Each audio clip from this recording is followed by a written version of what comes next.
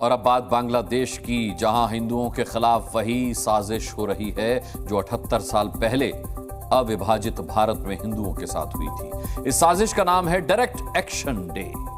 आसान शब्दों में कहें तो हिंदुओं के खिलाफ टारगेटेड दंगे हुए, उनको चुन चुनकर निशाना बनाया गया और इस समय भी कट्टरपंथियों ने हिंदुओं पर डायरेक्ट एक्शन डे वाला अत्याचार शुरू कर दिया। बांग्लादेशी सेना के सामने हिंदुओं पर हमला।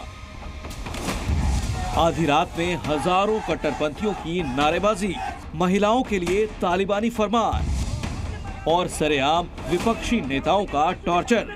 बांग्लादेश से आए ये चारों वीडियो बहुत खतरनाक हैं और इसको देखकर ऐसा लग रहा है मानो धरती पर बांग्लादेशी हिंदुओं का ये नरकलोक अभी जारी रहेगा। बांग्लादेश के सुनामगंज इलाके में कट्टरपंथियों ने हिंदुओं के घर बर्बाद कर दिए। घर में तोड़फोड़ की गई।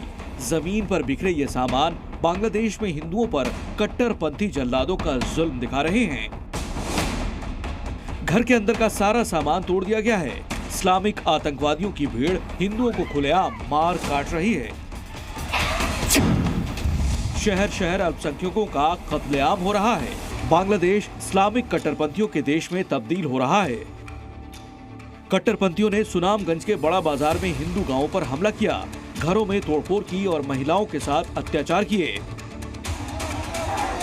आधी रात को हजारों कट्टरपंथियों की भीड़ आ गई। इन जल्लादों ने पहले नारेबाजी की, इसके बाद हिंदू घरों को निशाना बनाया। इस्लामिक कट्टरपंथियों की भीड़ गलियों में पागलों की तरह घूमती रही और हिंदुओं को चुन चुनकर खत्म किया गया। बांग्लादेश में कट्टरपंथियों ने कहा कि अब हिंदुओं पर डायरेक्ट एक्शन होगा। सबसे पहले डायरेक्ट एक्शन डे से हिंदुओं में फैले खौफ का मतलब समझिए। साल 1946 में पाकिस्तान बनाने की मांग को लेकर मुस्लिम लीग ने डायरेक्ट एक्शन डे मनाने का फैसला किया। तब कोलकाता और नोआखली में भीषण दंगे हुए थे। आज नोआखली बांग्लादेश का हिस्सा है। इन दंगों में 10,000 से ज्यादा लोगों के मारे जाने का अनुमान लगाया गया, जिसमें ज्यादातर हिंदू थे। और ये दंगे इसलिए हुए क्योंकि तब की मुस्लिम लीग पाकिस्तान बनाने के लिए दबाव बनाना चाहती थी। आज बांग्लादेश में हिंदुओं के खिलाफ डायरेक्ट एक्शन डे का ऐलान करके कट्टरपंथियों ने फिर से हिंदुओं को टारगेट किया है। एक बार फिर ये साबित करने की कोशिश हो रही है कि बांग्लादेश सिर्फ मुसलमानों के लिए है और वहां रहने वाले हिंदुओं को या तो मरना होगा या सब कुछ छोड़कर भागना पड़ेगा।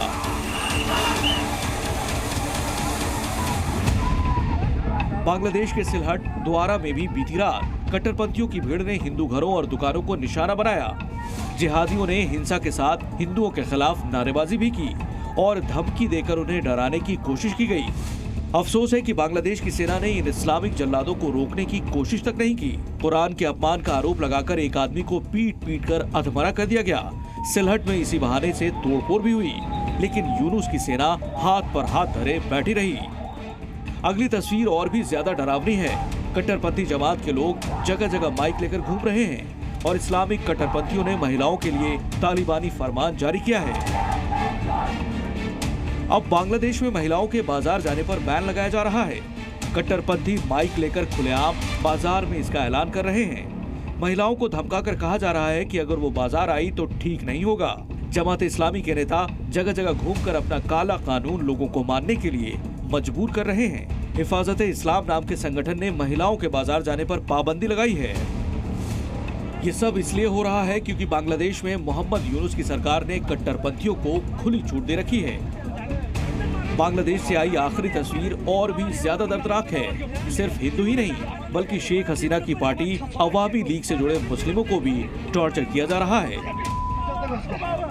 यूनुस की कट्टरपंथी फौज जानबूझकर अवामी लीग के कार्यकर्ताओं पर अत्याचार करती है और फिर इसके वीडियो को वायरल किया जाता है ताकि लोगों में कट्टरपंथी जमात का डर फैलता रहे। ब्यूरो रिपोर्ट, जी मीडिया। जी न्यूज़।